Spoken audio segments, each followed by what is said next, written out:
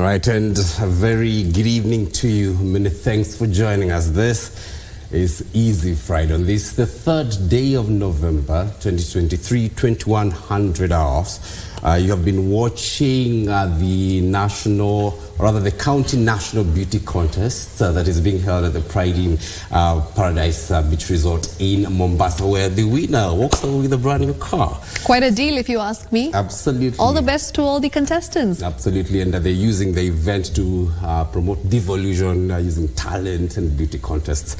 A good one at that. Of course, they will be letting you who wins and who walks with the crown and the cash prizes as well. But that's it. Let's look at the news that's shaping up tonight. Absolutely. Before we do that, though, we must mention our very able sign language interpreter, Brian Muraru, as he helps us navigate through the entire live broadcast tonight. My name is Shiksha Arora with my co-anchor, John Kago. Let's begin tonight's broadcast with our top story, the very exciting royal visit where King Charles III and Queen Camilla have wrapped up their 4-day official visit to Kenya. Well, the royal couple who arrived in the country on Tuesday spent 2 days here in the capital and another 2 days in Mombasa, where they toured various wildlife and environmental conservation projects. The couple also met with the families of the men and women working in the various disciplines of the military. Take a look.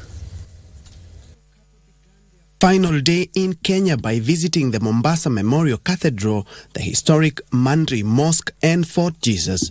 At the cathedral, the king had a dialogue on the role of interfaith organizations in promoting peace and security. Queen Camilla visited the Sauti ya Wanawake, a haven for survivors of sexual-based violence. The royal couple concluded their tour of Old Town with a visit of the iconic Fort Jesus, a UNESCO heritage site, before briefly boarding an electric tuk-tuk, a testimony of their environmental conservation and green energy efforts. Well, it's a wrap for King Charles' 4-day visit of the country, and in his last hour of visit, he has decided to tour the coastal city of Mombasa and more specifically Old Town, and he has also visited this building behind me, that is the Fort Jesus, where he has enjoyed the rich culture and heritage of this coastal city of Mombasa. The royal couple then made their way to the Moi International Airport, where they were received by President William Ruto and his First Lady Rachel Ruto.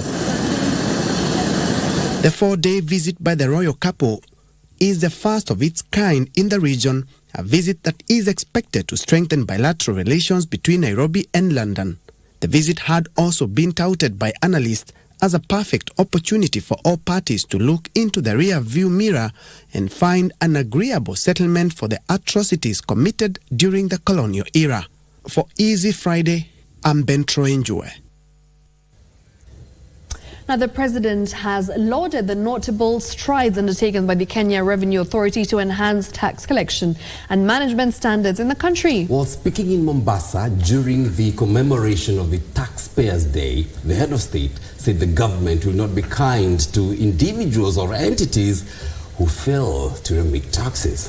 The president reiterated the government's intolerance to corruption, directing all senior officials in government and society to comply with the laid-down enforcements. Well, our Coast Region reporter Juni Karisa has more details on this. President William Ruto today joined the Kenya Revenue Authority in celebrating taxpayers who have dutifully adhered to the authority's compliance standards. Taxpayers award for the Treasury Cabinet Secretary Njuguna Ndungu used the opportunity to address some of the pressing matters in the collection of taxes. I therefore wish to assure our visitors and all travelers to this country that no new taxes have been introduced and that the process of our entry points is smooth and diplomatic, and the customs officers of the KRA have been instructed to ensure this remains the process that is also seamless and should not mishandle our visitors and travelers. The head of state lauded technological advancements implemented by the authority, noting a 400% increase in tax collection. Strides, he says, will be enhanced with the implementation of the National Identification Framework ahead of its launch in December. Let me encourage all of us that what KRA is doing is not about KRA, it's about us.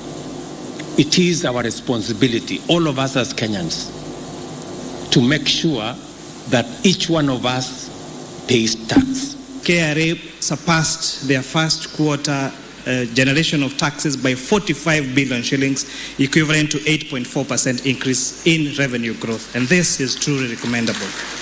We cannot and we shall never be fully independent until we are able to independently fund our government and our budget through our own resources raised in the country.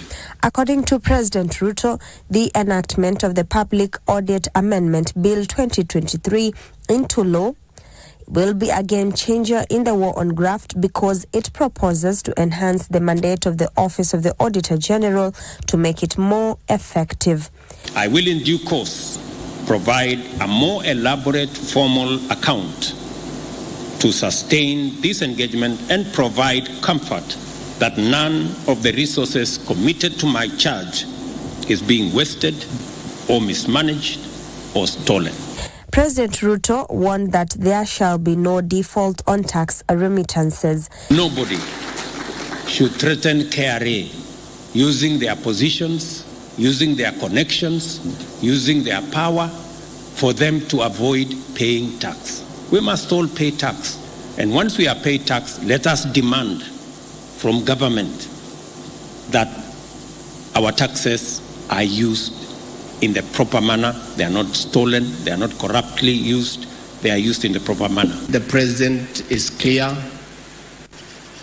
that his government will not entertain leakages, pilferage, misappropriation, corruption, and irresponsible spending of taxpayers' money. The government says it is keen on meeting its revenue target of 3 trillion shillings this year.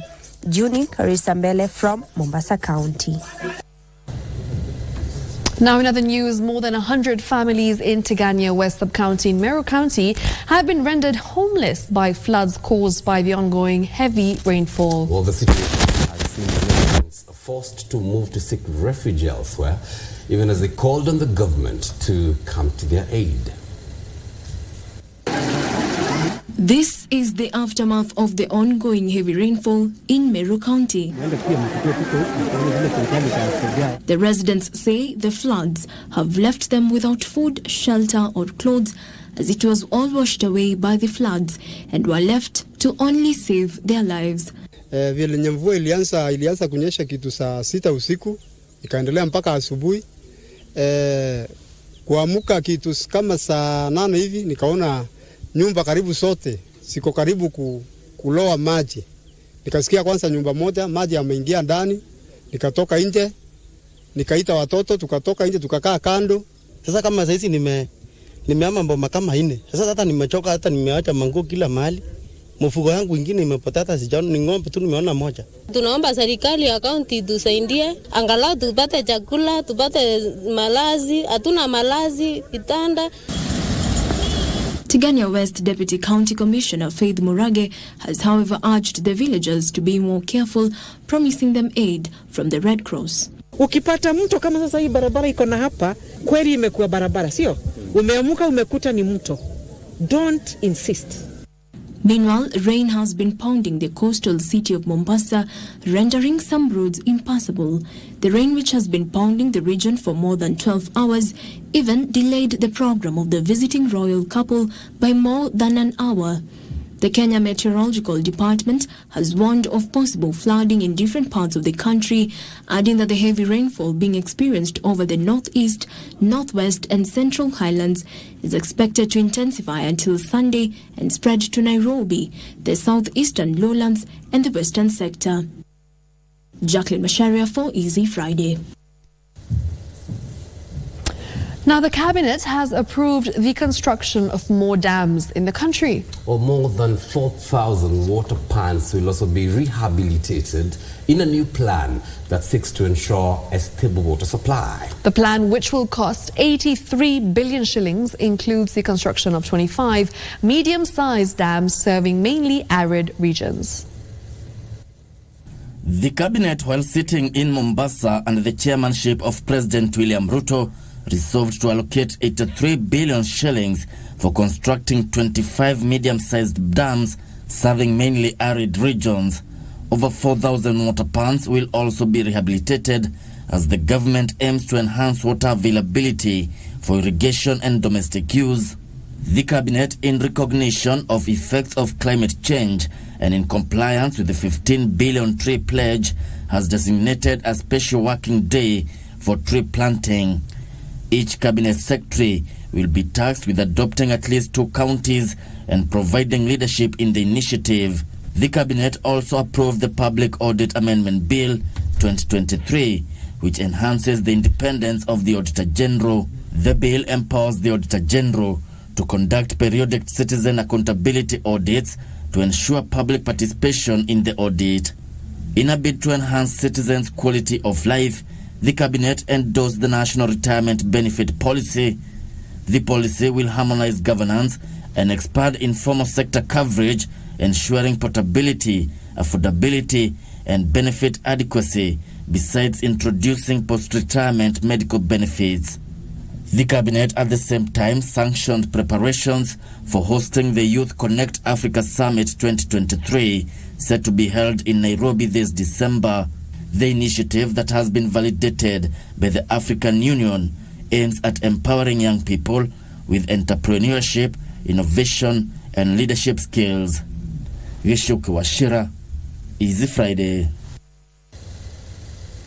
Now, the Kenya Union of Clinical Officers has issued 2 separate strike notices to commence in the next 14 days in Kericho County and in the next 7 days in Meru County, urging the 2 county governments to address issues affecting its members. Well, in a letter, the union has decried inaction and non-responsiveness by the 2 county governments over issues that directly affect the welfare of members and the quality of services, which the union terms as issues of utmost importance to the members. Clinical officers in Kajiado and Meru counties are decrying the lack of promotions and redesignation of their members, failure to remit deductions and staff shortage. In a letter, the union through its Secretary General George Gibore says the complaints raised have been pending for a long time.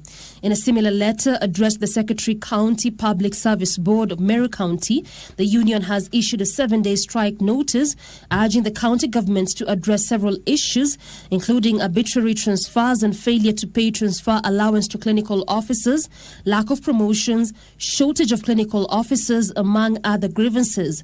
The union has expressed concerns about the frustrations of their efforts to resolve the said issues, adding that failure by the county governments to act on the matter will force them to initiate industrial action.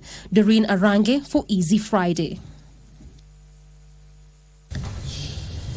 Now, First Lady Mama Rachel Ruto has encouraged women to organize themselves in groups to enjoy government funds and other financial inclusion platforms like table banking. Well, the First Lady was speaking during a Women Economic Empowerment meeting in Mikindani, that's in Mombasa County, that was attended by women drawn from Jomvu, Mvita, Likoni, and Changamwe constituencies. Rachel, who was accompanied by Cabinet Secretary for Gender Aisha Jumwa, further urged women representatives to champion a national kitchen garden program in conjunction with the Ministry of Agriculture with the aim of supplementing the dietary needs of families. Mzima na wakati tulikuwa na kiangazi tuliweza kupeleka huo mradi kule Samburu County. Kina mama tujitume. Miradi mingi ambayo serikali inafanya inataka kina mama yeyote akuwe katika kikundi. Jambo ambalo litatusaidia ni sisi kina mama kupendana. Pesa za kina mama mimi nina nyingi kupitia serikali ya William Ruto. Lakini nataka kina mama musikie ya kwamba zile pesa tumekataa kuwaekea watu katikati wanaoitwa mabroka. Tunataka watu wakae tu wanawake 10 na tuingie katika digital platform. And if we really want to empower women, then we should start educating the girl child. Hata kama alifanya makosa akatoka shuleni akapata mimba, but she has a right to education.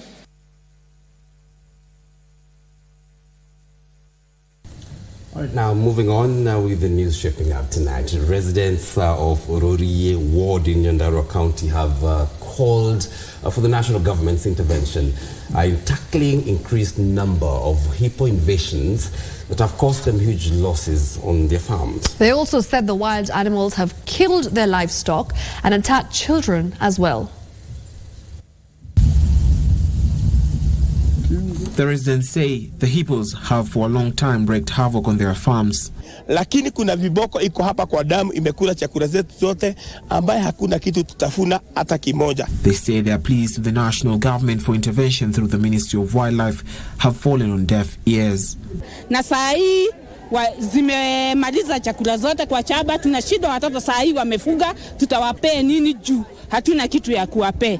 They suggested the speedy beckoning of Lake Old Bolasat and 2 dams in the area to avert cases of human-wildlife conflict in the area. Bill iko parliament wanashughulikia, so far saa hii wamefanya beckoning ya hiyo dam, na soon pia on the same Lake Old Bolasat imefanywa pia inakuja kufanywa beckoning, and the same itatusaidia kwa hiyo mambo ya viboko. So wale ambao wame-encroach pia tunawahimiza watafute njia ingine, kwa sababu our president amesema mtu yote ame-encroach atahamishwa. All Kalui constituency women member of parliament Faith Gitao distributed relief foods to over 1,000 affected families as they pushed for compensation for losses caused by the hippos. Sasa kwa sababu hakuna kitu ya kukula, hakuna fish za kukula hapa kwa dams, zinatoka usiku alafu zinakulia hawa farmers, begu zao zinakula hata potatoes, cabbage, maize zote, kwa hivyo hakuna kitu wanatoa kwa shamba. For Easy Friday, I'm Alvin Calendar. And with that, it's time for us to take our first commercial break. We'll be back shortly. Don't go too far. I've been lined up business a bit later. Daniel Ohome has the sports, and every Friday we have My Culture. Today we focus on the Maasai menwear. Details on the other side of the break. We're back shortly.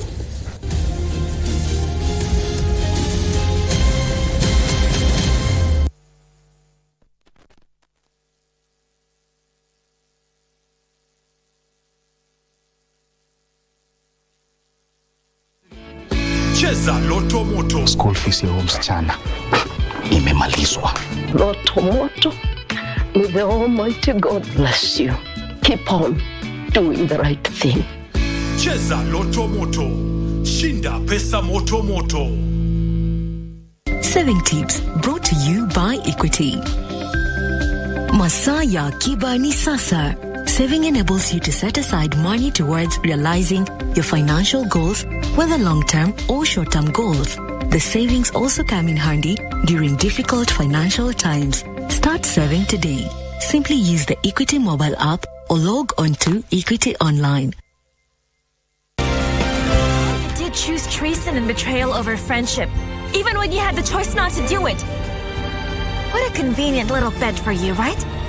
And don't make that face because I saw it myself. What? Is that what you do on your free time now? You contemplate her? Of course not, Teresa. You are wrong. Oh, so what were you doing there, huh? Tell me. Sergio, he just asked me for a divorce. But how is that possible? No. It's just... Oh, this must be some sort of mistake. Pilar, why would my son do something like that when they make the perfect couple? Sergio has been cheating on me with another woman.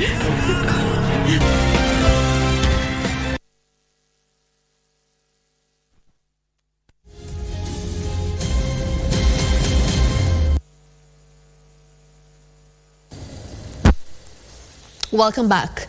Now, police in Isinya town, Kericho County, are investigating a robbery incident where a robber stole at least 1 million shillings from a wholesale shop located near a police station in the town on Thursday night. Well, the owner of the shop has decried the lapse in security in the area, calling on the security agencies to deal with that particular situation. Tilio Marco now reports. Officers in town in Kajiado County woke up to a road shock on Friday morning. A shop had been broken into and about 1 million shillings stolen. Mimi asubuhi nilipigwa na mfanyikazi mwenye ananifungulianga duka asubuhi akikujia sigara juu tunayekanga huku kwa ofisi. Akapata hii mlango moja imevunjwa na hii nyingine haifunguki, ni kama ilikuwa sijui imewekwa super glue. Akanipigia simu akaniambia ni kama kumevunjwa. Mimi sikujua ni nini imeibiwa, lakini mimi nilikuwa ndani ni sigara juu ni sigara zinakuanga hapa na pesa. The CCTV cameras planted at the premises housing the 14 billionaire shop captured the lone masked robber dropping from the roof after removing an iron sheet into the back office of the shop using a sisal rope. Armed with a crude weapon, he then ransacked the office for money. He is then seen stashing the note in a paper bag before vanishing after the 30-minute operation with 1 million shillings. This is not the first time this shop has been broken into. Sema polisi waongezee bidii juu huku kama mtu anaibiwa akiwa hapa karibu na wao na wenye wako huko juu, wenye wako huko mbali na polisi. Tungesema polisi waangalie, watuchunge juu wao ndio wako na hiyo jukumu. Isinya Sub-County Police Commander Patrick Manyasi says the police are investigating the incident, adding that the area usually experiences rise in robbery incidents during rainy seasons. Wakati ya mvua kunakuwa na wizi ya uvunjaji kwa sababu waizi wanajua watu wanalala na hawatasikia. Kwa hivyo hilo ni jambo ambalo linatakana sisi kama polisi pamoja na wananchi wetu tunawaamanisha kwamba watu wawe chonjo na wabadilishi mienendo ya usalama yao. He is calling on members of the public to be extra vigilant. Tilio Marco for Easy Friday. Now, former Chief Executive Officer of National Hospital Insurance Fund, Richard Kerich, and 4 others have been set free in the 116 million shillings corruption case. Well, the former NHIF boss and his co-accused were accused of allegedly paying the amount to Meridian Medical Center Limited back in 2011. Trial Magistrate Eunice Newtu said that the prosecution did not provide sufficient evidence to prove that the money was paid to the medical center.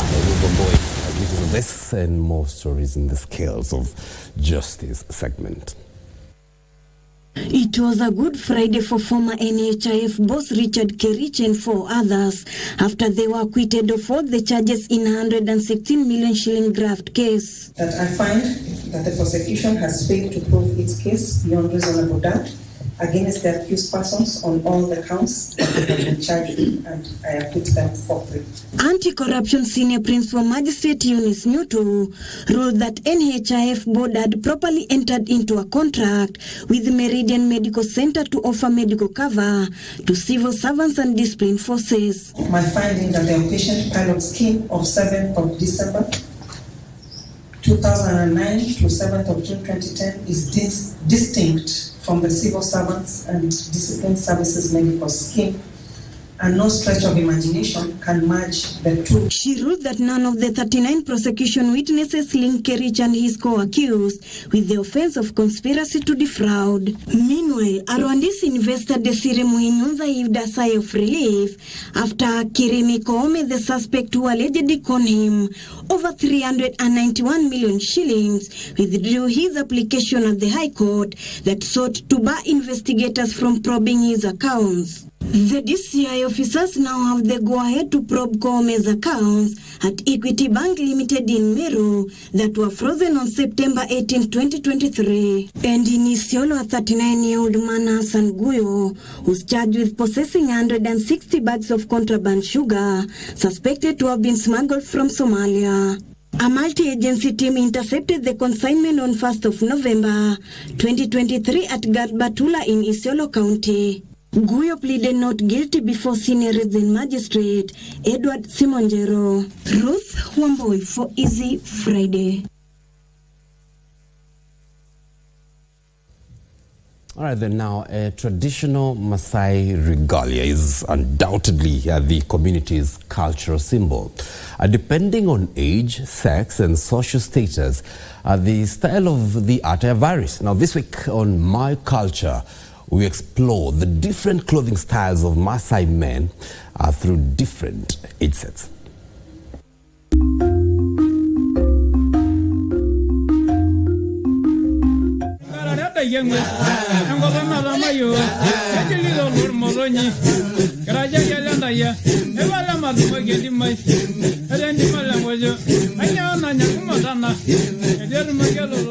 The Maasai are easily recognizable while adorning their bright-colored cloth, predominantly traditional robe, the shuka.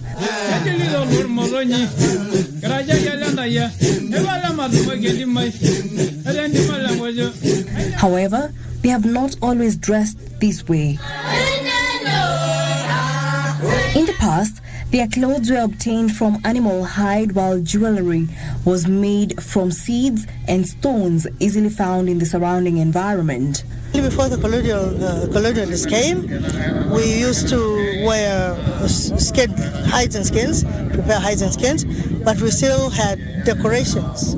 We used seeds and different types of materials to decorate ourselves. Before the invention of the shuka, we were wearing, of course, hides and skins. And the hides and skin used to be colored red, oiled and colored red from the red volcanic soil.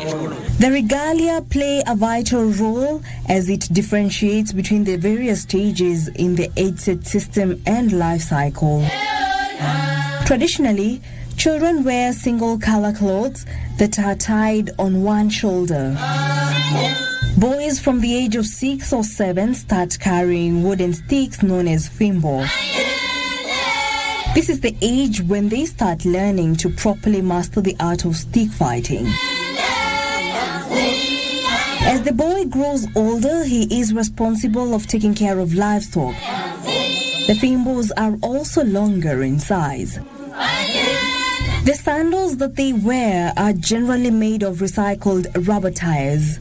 The indigenous shoe was skin from the hide, and then it came to the tire shoe called Nginyara, and actually somewhere in the UK they have a shoe called the Maasai shoe, inspired by how the Maasai make the Nginyara that gives them the spring walk.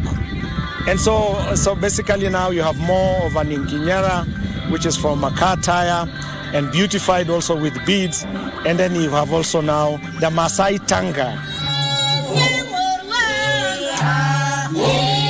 The next age set is a warrior.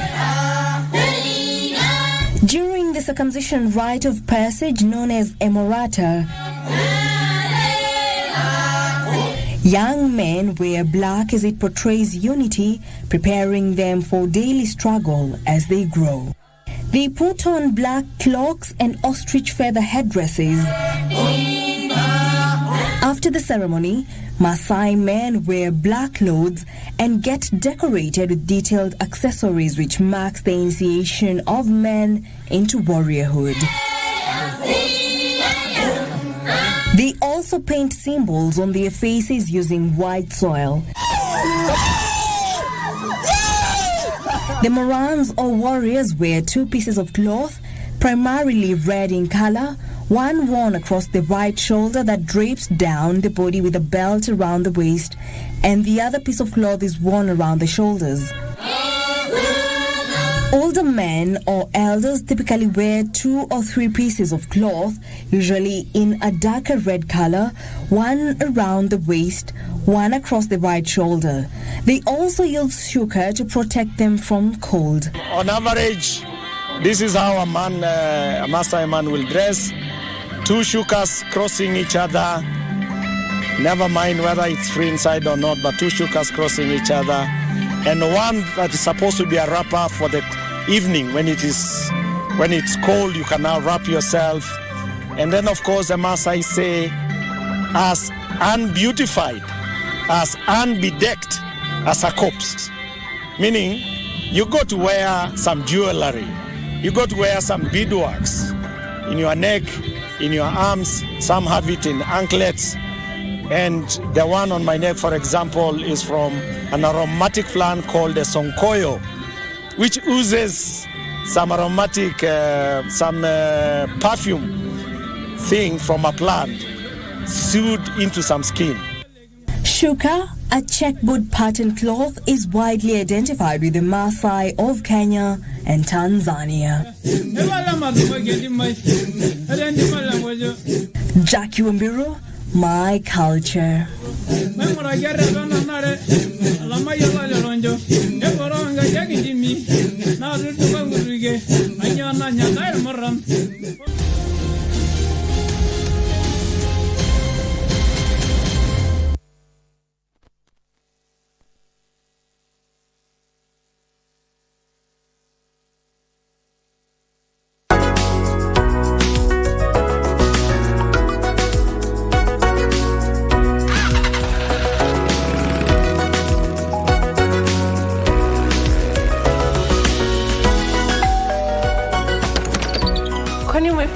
Squeeze barabara ninywe.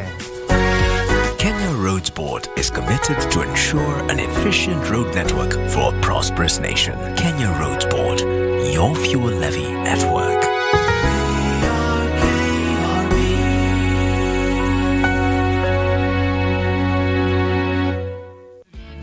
Cheza Loto Moto. School fees ya msichana imemalizwa. Loto Moto. May the Almighty God bless you. Keep on doing the right thing. Cheza Loto Moto. Shinda pesa moto moto.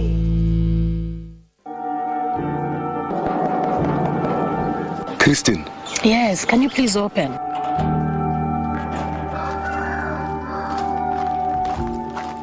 Trish, huyo mwanamke hata ingia hapa bila ruhusa. I'm willing to give up on Pete. Mimi sioni kama Pete anataka kuachana na Christine. My dear, kwa street upewangi bwana. Unachukuanga bwana. Na Jackie unachukia Jane? Wacha niwachie hapo, sitaki maneno. Aniambie tu Jackie. Nini umemwambia kunihusu? Hakuna, only good things. So when are you guys tying the knot? Yes, babe, when are we tying the knot? Marriage si rahisi. Wewe mwenyewe marriage yako haijai work. Sasa hizi advice zote unanipanga ni za nini? Haya. No more trouble in paradise. Trisha, how you feeling? Vengeful.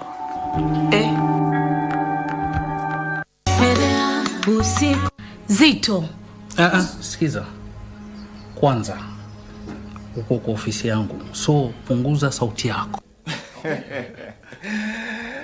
Mr. Zito, kibali tuko nacho ndo hichi hapa, kutoa katika mjengo. Na kama itashindikana tutatumia nguvu, hata polisi tutaita. Iteni polisi na mimi nitaita polisi wangu. Nisikize Mr. Zito. Hautashinda kunizungusha mimi hapa ndani kama mtoto mdogo. Sasa wewe badala kuja na suluhisho unakuja na maswali zaidi. Unazidi kunipatia matatizo. Only 21 days. Fair to that, ninashika mali zako zote. Fedea usiku.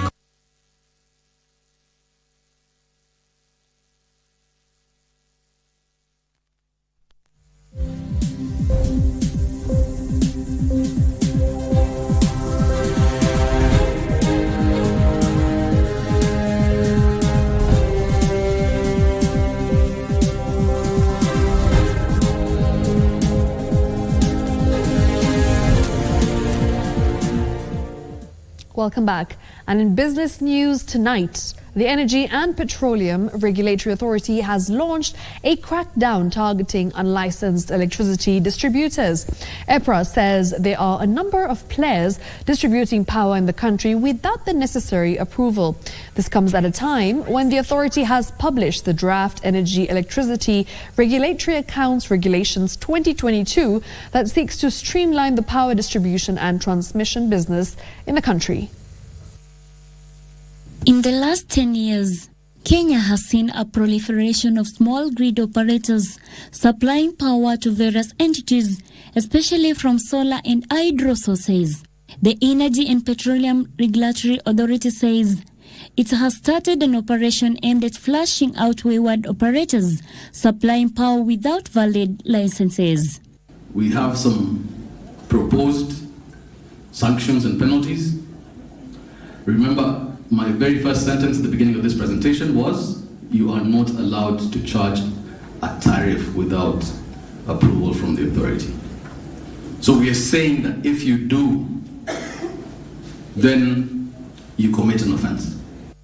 EPRA says it has developed 3 regulations in line with the provision of the Energy Act 2019 to provide a framework that ensures a coherent coordination of energy planning in order to meet the country's energy needs. The 3 regulations are Integrated National Energy Plan, Energy Electricity Regulatory Accounts, and Draft Energy Electricity Tariff Regulations. The public has up to the 17th of November to review and submit their comments to EPRA. The regulations are meant to prescribe reporting procedures and requirements for licenses to help achieve a uniformity in tariff setting, approval and monitoring. Speaking during a stakeholders forum, EPRA Deputy Director of Pricing, Tariffs and Competition Analysis Waweru Karanja said electricity distributors should have licenses from EPRA before they supply electricity.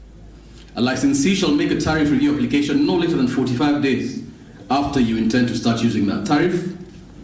And also, either the authority or either the licensee or us, the authority, can do a tariff review within that period. We don't have to wait for the 3 years to end. We can do it in between the period if there are substantive changes required. Edna Murungi for Easy Friday. Now, the government has embraced a multifaceted approach to revamp the country's digital economy through massive investments in infrastructure and policies. ICT and the digital economy, Principal Secretary Engineer John Tanui says going digital will be a game changer in transforming the economy, creation of the much needed jobs, and in driving financial and economic inclusion. Take a look. The digital space was becoming increasingly important as a potential pathway to socio-economic development and employment creation.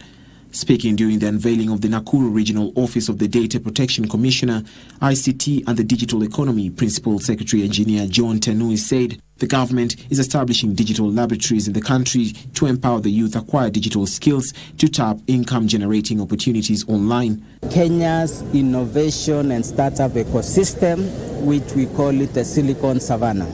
This represents our ambitious plan as a country to grow businesses in the digital space. We want to see ideas that turns into businesses and grows to employ people, grows to have services and products that not only are consumed in the country, but consumed in the region and globally. He said the digital hubs being set up all the 1,450 wards across the country will not only be instrumental in enhancing access of digitized government services, but will also empower innovative youth. This is because the digital hubs are connected with high-speed internet and equipped with meeting rooms, event and training spaces. We are also putting cyber measures by educating people, ensuring there are people also to secure our businesses and secure our country from these malicious attacks. There were calls for more public awareness and innovations to ensure personal data and privacy is protected in the fast-evolving digital space. It's time now to also go to the region and work with the counties because we have businesses across the country. And it's important we enable all our businesses across the country to be able to grow and ensure that they are compliant when it comes to data protection. We all know that data technology keeps changing, and one of the things that the world is having conversation around is neural. What does it mean? What do your thoughts mean? Because we tend to share a lot. So our work as an office is to make sure that that ecosystem is safe. Data Protection Commissioner says there is need for individuals, organizations and state agencies to take appropriate measures to safeguard the confidentiality and integrity of personal data. Now, the Kenya Film Commission is keen on collaborating with the private sector to increase the number of locally produced content and promotion of the digital economy. Speaking during the launch of a local drama series, Kenya Film Commission CEO Timothy Owase said film and other local content have the potential to not only empower Kenyans economically, but also to advocate for a socially responsible society. Take a look. This series is a testament of the collective effort of countless individuals who poured their heart and soul into bringing this captivating narrative to life. This series is a testament of your dedication for pushing boundaries and showcasing diverse and empowering women in storytelling. Up to now, totally we already invest more than $2 million on local content produce program. But this is not only ending, this is just like starting. We will invest more in the coming years.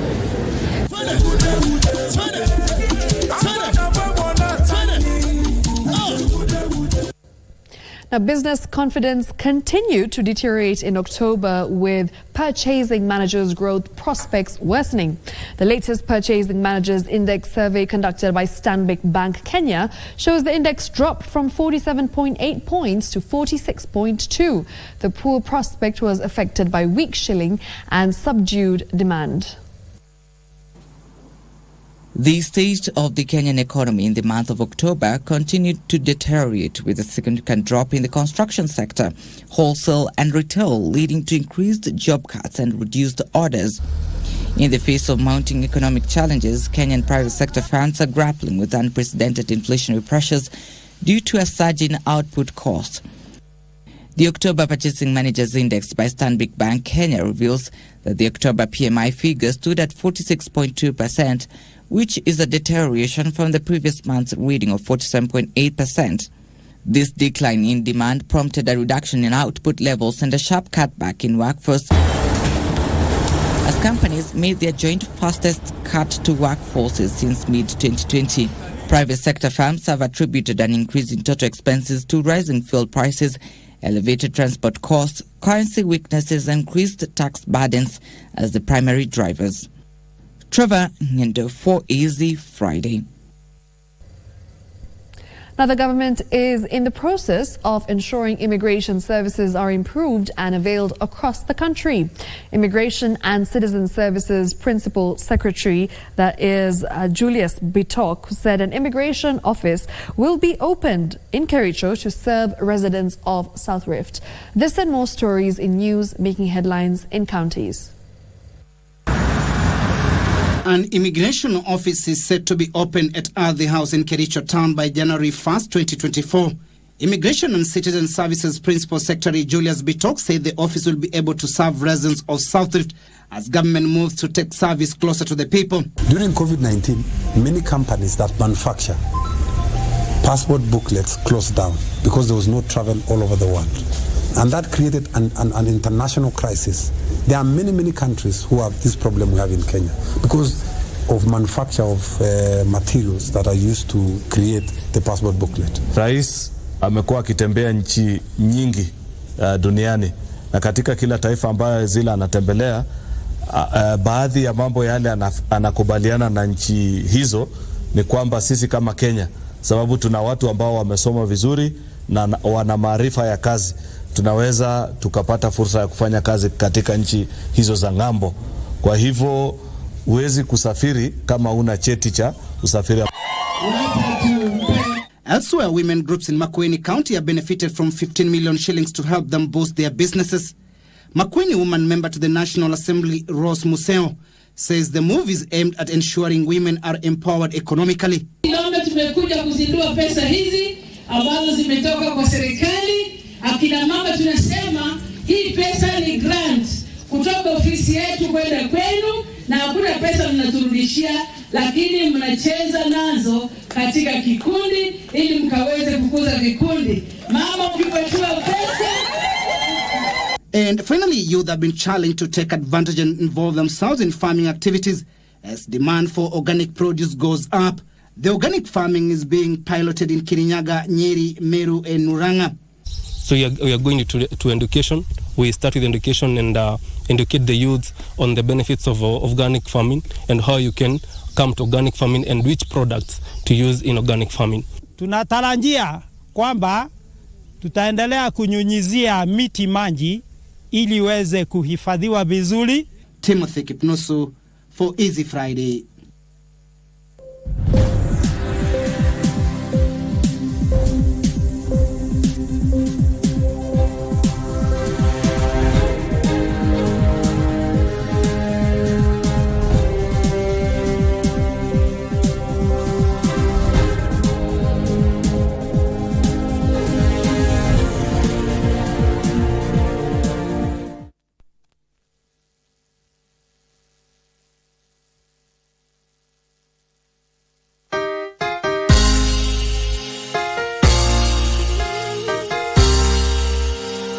In the name of Jesus Christ, Mungu anatarajia ukanyange hatua mbele. Ni kwa neema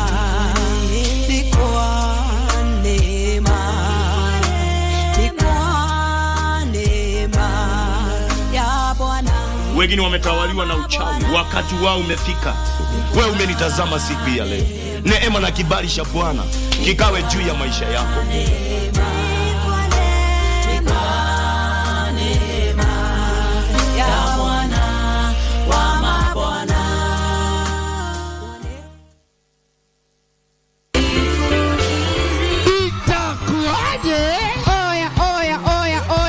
Auntie akona ka forehead.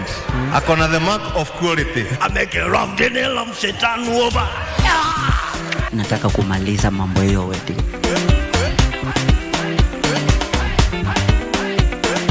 Kwanza kiukia kitu kia Patrick sana. Rosi Paul. Umenimaliza kama chai kwa kikombe. Mezi zote zimebaki December, September, October. Ni kama tu nikuje nikwambie uko na kichwa kubwa. Sasa makosa si au sio? Ndio manake. Okay. Every Monday from 8 p.m. to 9 p.m. on KBC Channel 1.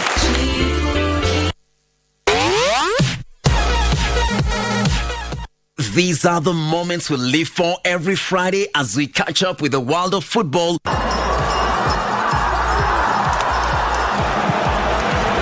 Manchester City go in front.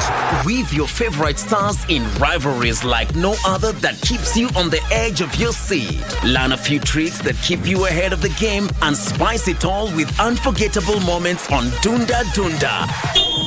On Saturday, you're in for another treat as we rock your weekend with all sporting disciplines, bringing you insights on what's happening behind the scenes as we share players and athlete stories, preparations, and celebrate their achievements. Charging to the line!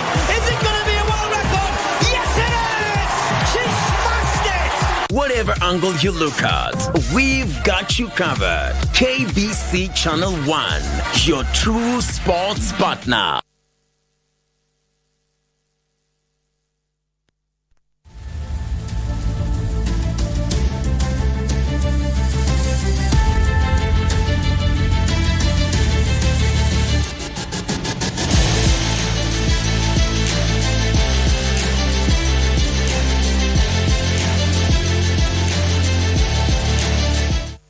A very good evening to you. My name is Daniel Wahome and welcome to Easy Friday Sport. We start with qualifiers for the Paris Olympics, where the national women's hockey team, the Blades, attempt to make it to Paris came to a halt today after losing 1-0 to Nigeria in a semi-final played in South Africa. Nigeria converted a penalty corner in the first quarter to earn their lone goal, sailing comfortably to the final where they'll face South Africa, who defeated Ghana 6-0.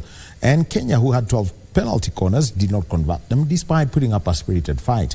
This is the first loss for the Blades since the tournament started. The team will be playing for a third place position tomorrow against Ghana. Their male counterparts, Chui, won their classification match against Zimbabwe by 2-1 as the qualifiers entered the home stretch in South Africa.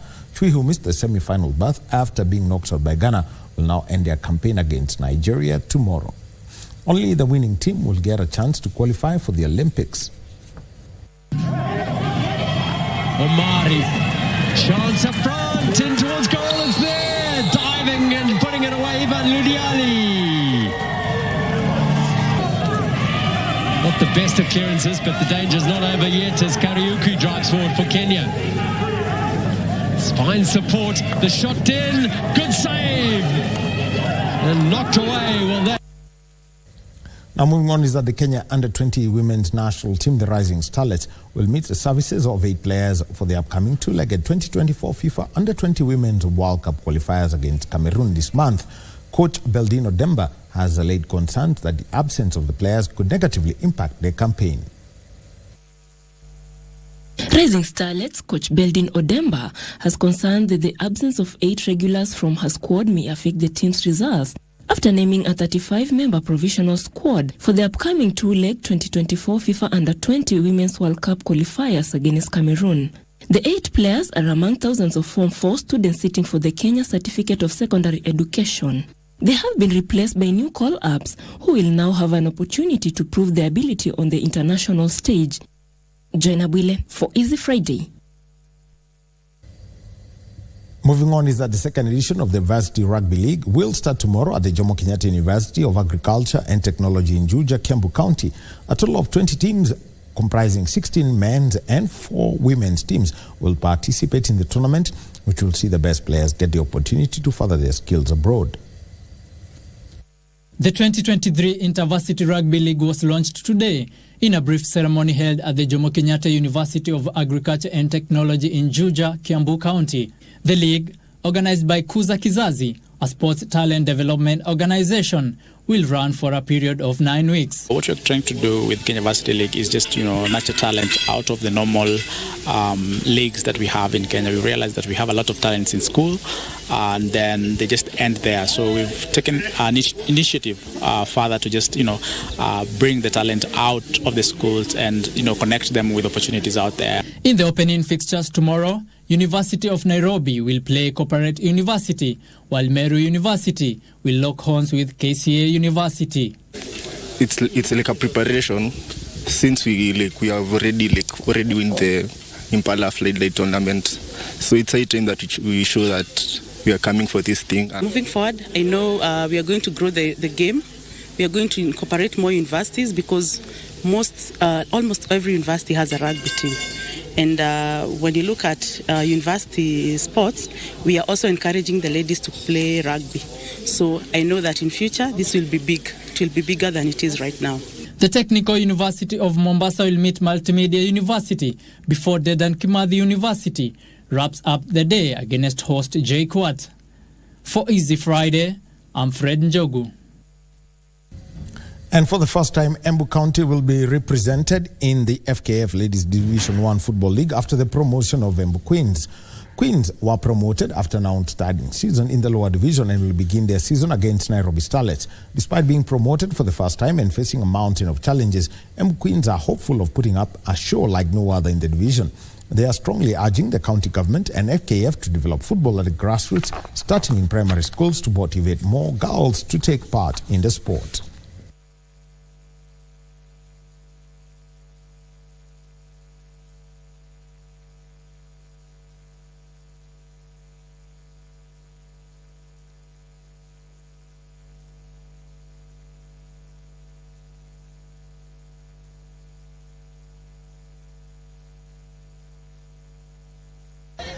Kwa hii kiwango ya Div 1 hatujawahi fika, but through efforts zetu za kujikaza County League tumekuwa promoted, and najua hiyo bidii yenye tumekuwa nayo huku County League tunaenda kuishow up huko Div 1.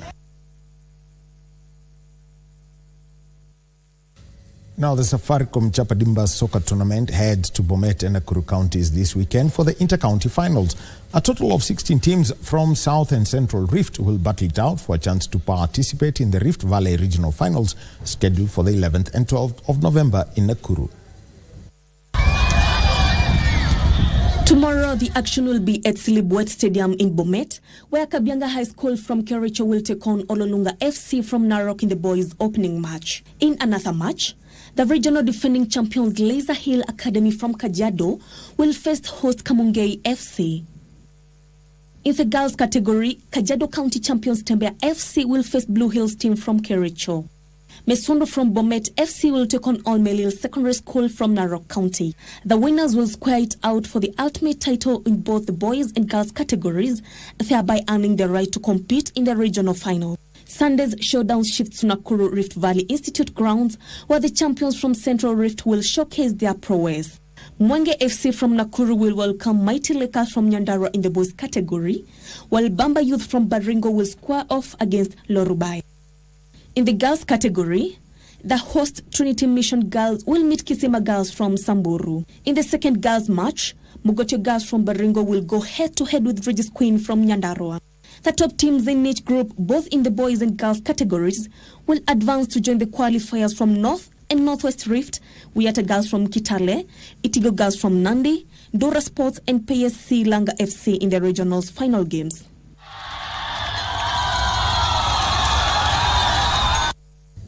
And moving on across our borders, where Johan van Schip's debut as Ajax head coach ended in a 2-0 victory over Volendam, ending their 10-game winless run. The win moves Ajax off the bottom of the table in the Dutch Eredivisie into 15th spot, while Volendam are 17th. Voor Ajax om te schakelen, maar er moet het tempo maken van Den Bomen. Ajax went into the game bottom of the table, and Van Schip handed a debut to young left-back Ariani Mata. The first half was one-way traffic towards the Volendam goal. 13 minutes into the second half, the hosts had the goal they deserved as captain Bajin fired the ball past Mio Bakhos. Ajax, ja, daar is hij. Steven Bergwijn. Just before the end, Chuba Akpom brought jubilation to the home crowd as the striker settled the game with his first goal for Ajax. Akpom, en nu is het wel raak. The win moves Ajax off the bottom of the table and into 15th spot, while Volendam are 17th. It was a good start for Van Schip, although tougher ties lie ahead. Elsewhere in Italy, Sassuolo held Spezia to a goalless draw before winning 5-4 on penalties, while Torino lost 2-1 at home to Frosinone. The victories see both teams qualify for the second round of 16 of the Coppa Italia. And that's it for the sport tonight. Thank you for being with us. My name is Daniel Wahome. I'll be handing you over to Shiksha, Arora and John Kago. It's going to be an easy Friday. Victor Peace is a YouTube content creator. He's going to be on set joining us. And after that, we've got DJ Cole Jacks. He says he is the future. And you know why he's the future? Because he's going to be bringing you the blasts from the past that you don't want to forget. Hold on for that.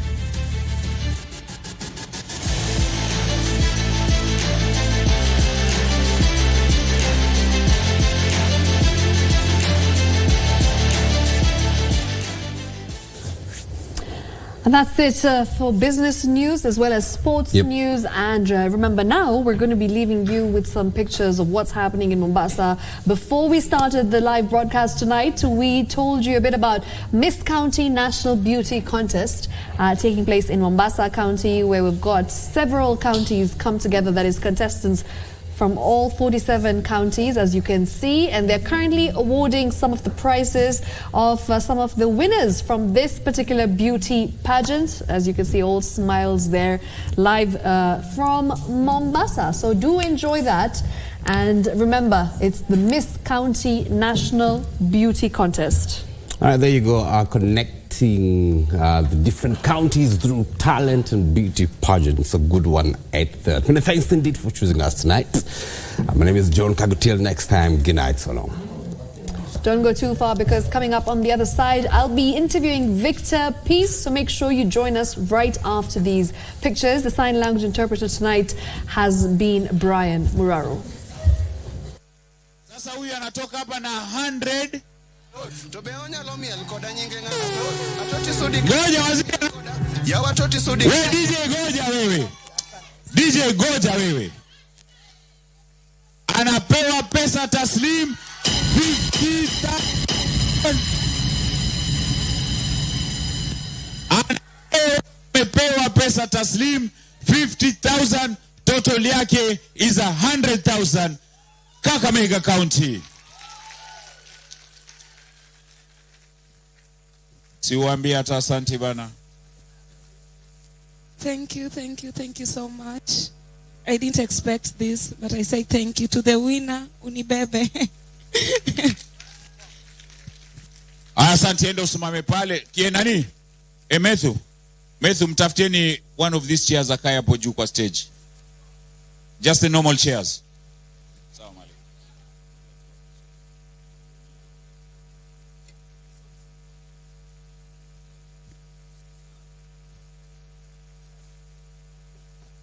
Madam CEO wako wapi? Kuja.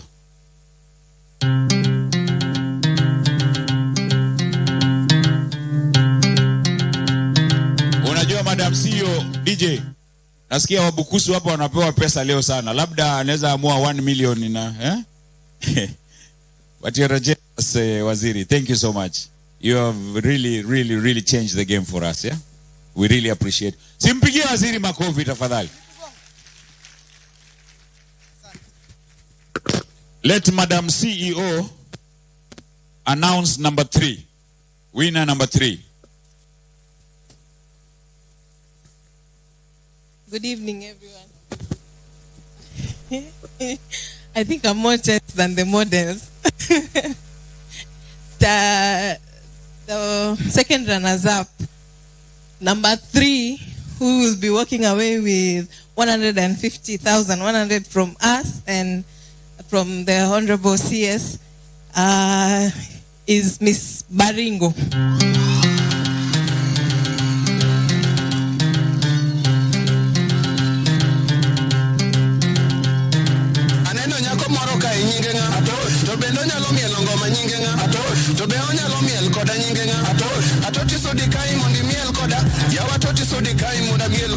Atoti lovely deadly nyakoni iromo wi atoti kiss me nyakoni iromo miel atoti makes me fix me nyakoni iromo pacha atoti take me nyakoni iromo miel so miel koda kikitum wi kikitum chonga kikanyon teni umewatere mana mos ndogo moko miel vile tunataka rakaraka pinyi malu yengoga DJ Goja wacha wewe ngojea na hiyo masashi yako wewe. DJ, weka tu hiyo ngoma, wacha aende tuone ni nini judges waliona. Aya, ringa my dear, ringa. Ringa. Komoroka nyinge. To bendo nyalo miel ngoma nyinge. To be onyalo miel koda nyinge. Atoti sodi kai mondi miel koda. Yawa toti sodi kai monda miel kodi. Atoti lovely deadly nyakoni. Iromo wi atoti kiss me nyakoni. Iromo miel atoti makes me fix me nyakoni. Iromo pacha atoti take me nyakoni. Iromo miel so miel koda. Kikitum wi kikitum chonga kikanyon teni. Umewatere mana mos ndogo moko miel vile tunataka rakaraka pinyi malu yengoga. Atoti nyonoga mos rundoga. Atoti yengoga mos winyoka. Atoti wekoga mos jero. This way that way nyako do it my way. Atota ngoma tindi. Atoti tumweri. To wiki mosh bende mari. To maji bende duari. Atoti tinde kilari. Nikech my meal maratoti. Nango atoti nyonoga. Atoti yengoga. DJ, hii nitaita mkubwa wa Kengen, wherever you are kuja. Mkubwa wa Kengen, come. Kuja upeane hii bwana.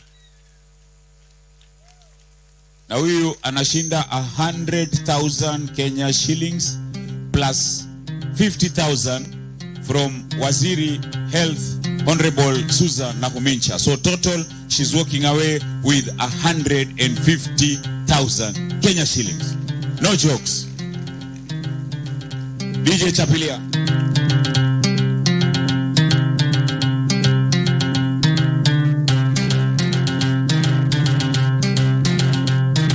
Aneno nyako moro ka nyinge nga. To bendo nyalo miel ngoma nyinge nga. To be onyalo miel koda nyinge nga. Atoti sodi kai mondi miel koda. Yawa toti sodi kai monda miel kodi. Atoti lovely deadly nyakoni. Iromo wi atoti kiss me nyakoni. Iromo miel atoti makes me fix me nyakoni. Iromo pacha take me nyakoni. Iromo miel so miel koda. Kikitum wi kikitum chonga kikanyon teni. Umewatere mana mos ndogo moko miel.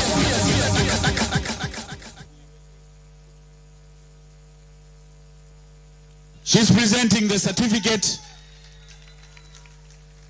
She is presenting. Kengen Boss ana present certificate ya winner number 3. Winner number 3 from Baringo County. Baringo County. Tag number 30. Hakuna mchezo hapa.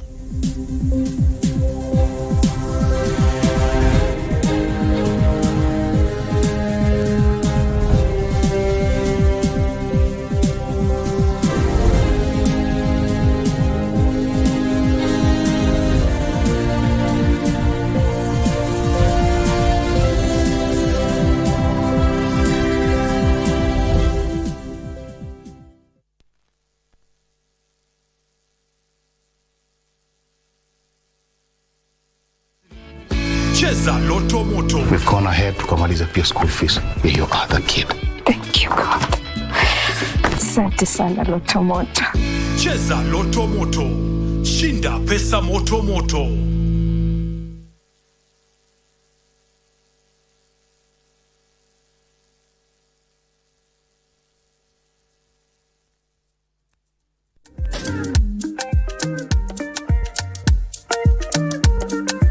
It's gotta be DJ Cole Jazz. Hottest in the game.